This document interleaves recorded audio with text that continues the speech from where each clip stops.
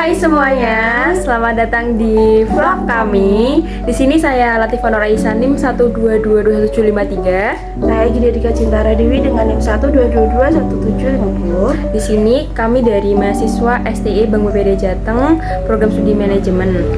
Di sini kami akan membahas mengenai topik yang lagi hangat diperbincangkan, yaitu mengenai opini masyarakat tentang kenaikan UMR 6,5%. Apakah masyarakat tersebut lebih konsumtif atau tidak?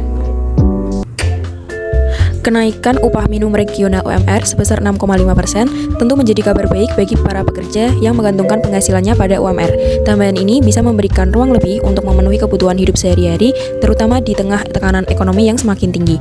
Bagi sebagian pekerja, kenaikan ini mungkin akan terasa sebagai angin segar untuk memperbaiki keseimbangan antara kebutuhan pokok dan hiburan. Namun, kenaikan ini juga menimbulkan beragam tantangan, terutama jika inflasi ikut meningkat.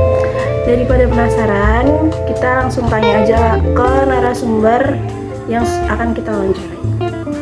Oke teman-teman, sekarang kita udah bersama kedua narasumber kita nih. Boleh perkenalkan diri dulu, Kak?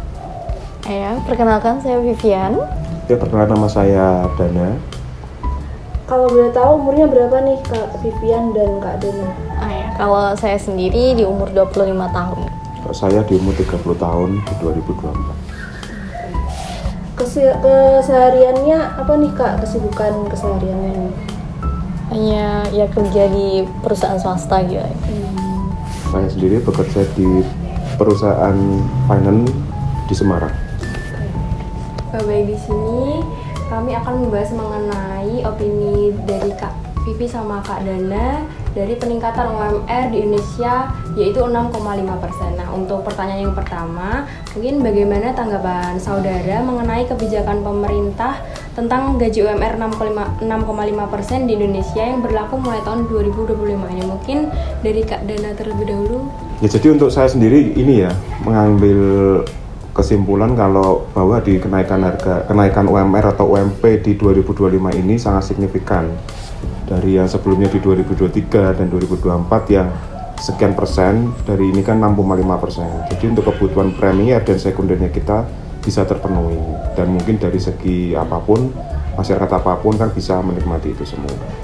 Oke, baik, mungkin itu dari pendapat dari Kak Dana. Untuk pertanyaan kedua, apakah saudara merasa lingkungan sekitar saudara akan mengalami perubahan pola konsumsi akibat kenaikan ini? Mungkin terlebih dahulu dari Kak Vivi, bagaimana?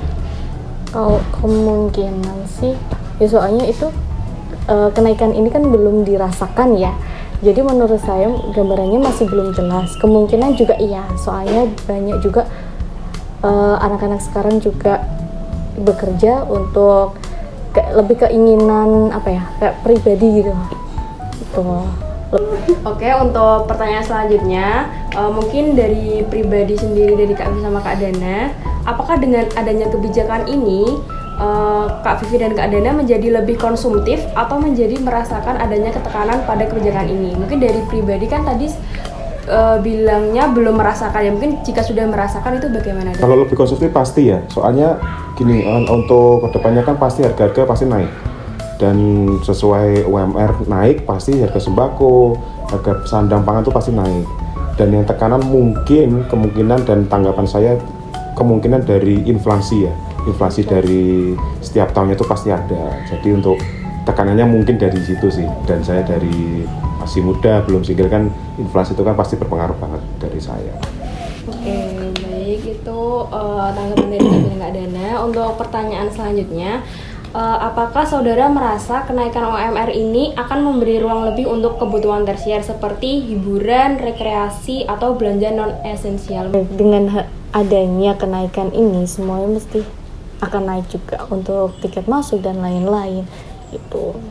Oke, untuk pertanyaan yang terakhir, mungkin tadi kan sudah menjelaskan bagaimana pendapat Kak Dana sama Kak Vivi mengenai kenaikan gaji UMR. Mungkin ada harapan dari Kak Vivi sama Kak Dana, harapannya gaji UMR untuk dampak jangka panjangnya itu harus berkelanjutan atau tidak? Kalau saya sendiri sih, dari untuk harapan saya ya, di tahun berikutnya atau kedepannya pasti harus ada kenaikan UMR atau UMP, karena kan harga sembako, harga apapun itu pasti naik.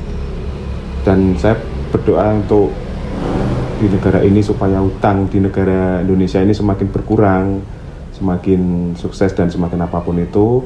Jadi untuk kesejahteraan dari masyarakat Indonesia sendiri terjamin, dan untuk kebutuhan dari masyarakat Indonesia Ya, juga pastinya terjamin. untuk Itu harapannya itu di tahun Oke ke depan, teman-teman, gitu aja segmen setelah pertanyaan 2025 nanti ke dari depannya pastikan ada semuanya kenaikan-kenaikan sudah lagi. Harapannya terjawab pasti ya, harus ada kenaikan. kita semua. Karena kan di samping itu Semoga juga kan dari setiap semuanya. tahun ada Terima kasih inflasi, buat Kak Vivian, kenaikan Kak harga Dana, sembako, sudah kenaikan harga. berkenan jadi narasumber kami dan membantu penugasan kami. Mengenai gaji UMR 6,5% di negara Indonesia ini. Iya, terima kasih.